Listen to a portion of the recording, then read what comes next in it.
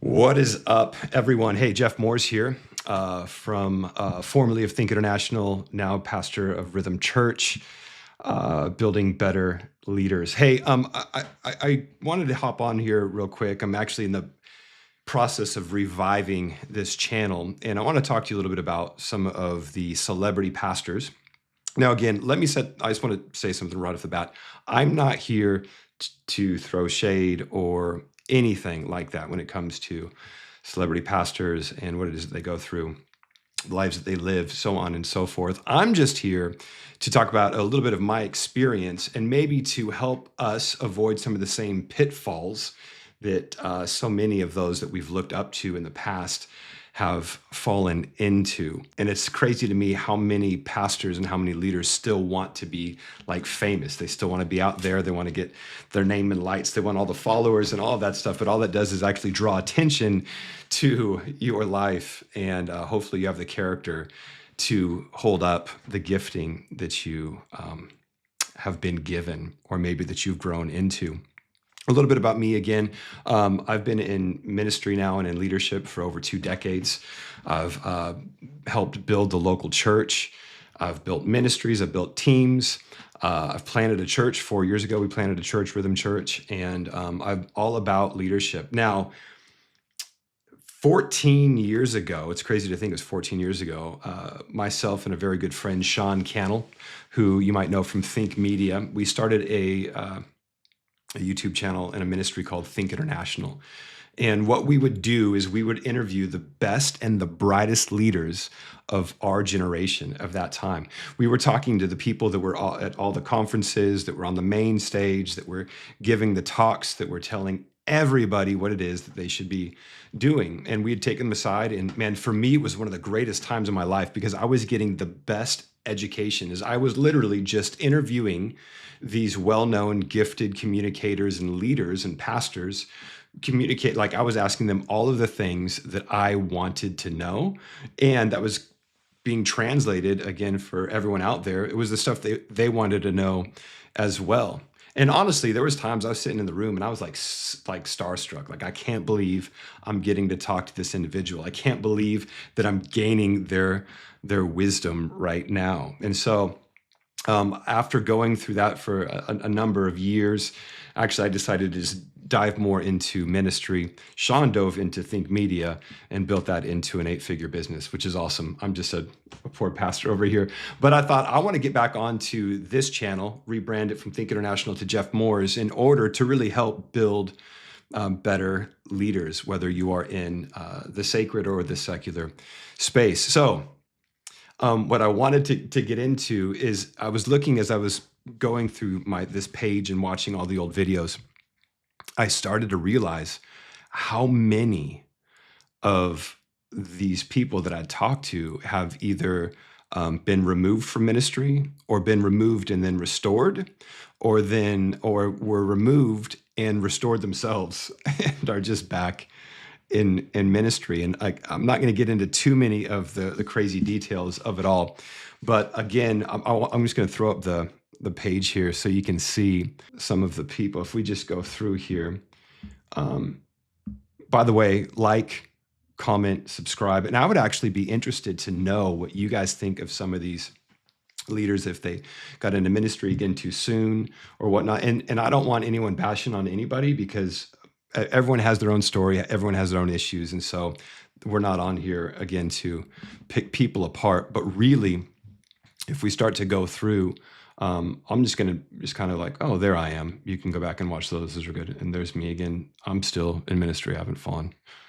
I mean, this guy, or this, figuring this stuff out, this guy right here, Brian Houston, man, one of the greatest leaders that you'll probably ever talk to when it comes to leadership content, second to none.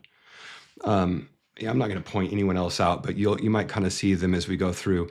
Now, the interesting thing is, so a lot of these guys that you'll see here were either removed from ministry for infidelity, removed from ministry for anger issues, removed from ministry for inappropriate relationships, maybe not adultery all the way, but inappropriate relationships. Many removed because of substance abuse. Some removed kind of just out of pure ego and unfortunately just could not hang on to leading humbly, which is unfortunate. And again, now so many of these people as we're passing through too are just total legends, have done an amazing job throughout the years, leading their churches, leading their families. This guy right here, if you can see right there, not even a Christian anymore. I think he actually converted to Islam. But and this is what I want us to get out of this, is that you can go back, and I actually really highly encourage that you do this. You go back and listen to a lot of these interviews, and it's pure gold. The content is amazing. I kid you not. And because they were also interviewed when their churches were skyrocketing, while they were seeing tons and tons of growth. And so it was like just a plethora, a plethora of knowledge.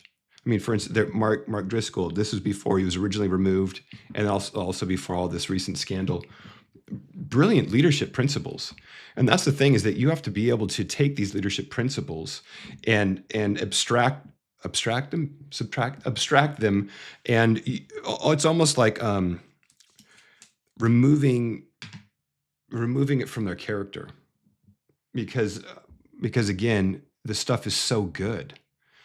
There was actually one we passed by a while ago that I won't say, but funny thing is that that person was removed from ministry for infidelity,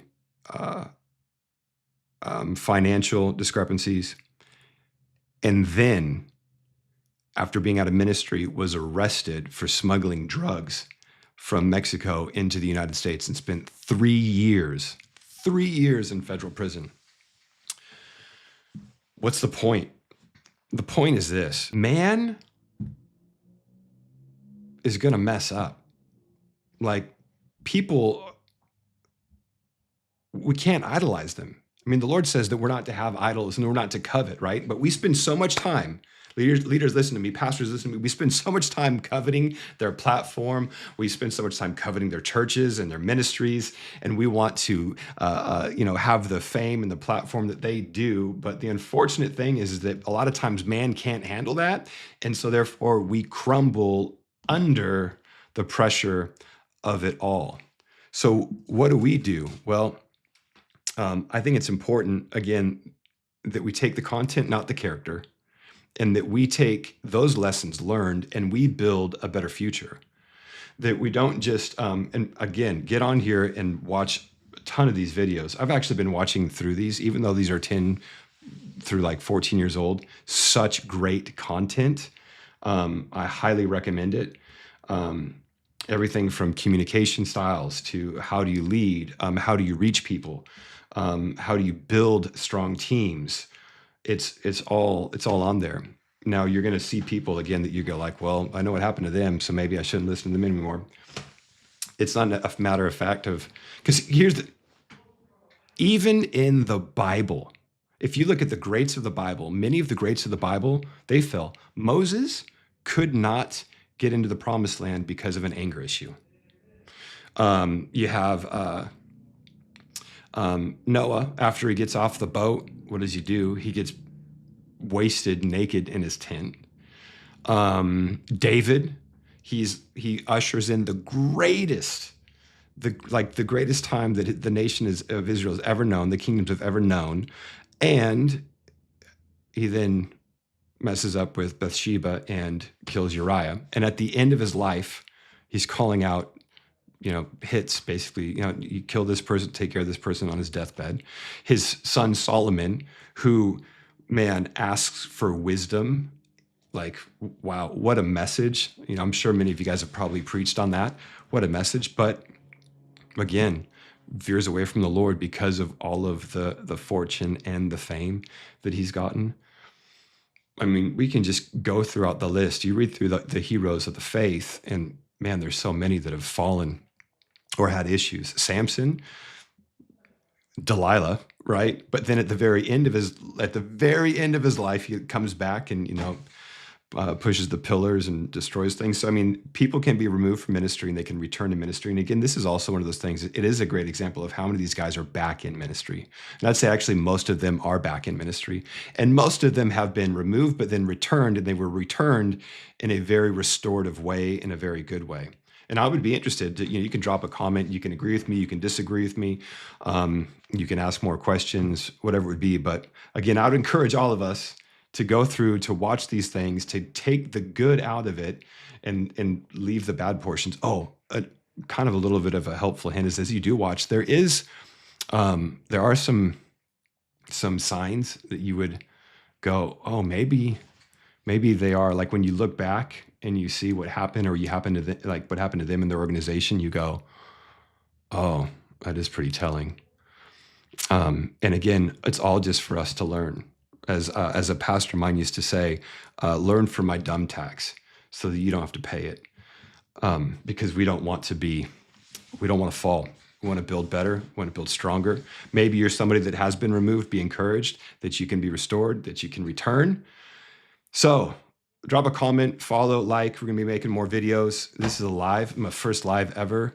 It's honestly pretty terrible, but I'm just getting back here. I'm doing it. I'm committed to helping and to serve in any way, shape I can. So with that, Jeff Moores, subscribe, like, comment, watch all the old videos on this channel. All right. Love you. Bye.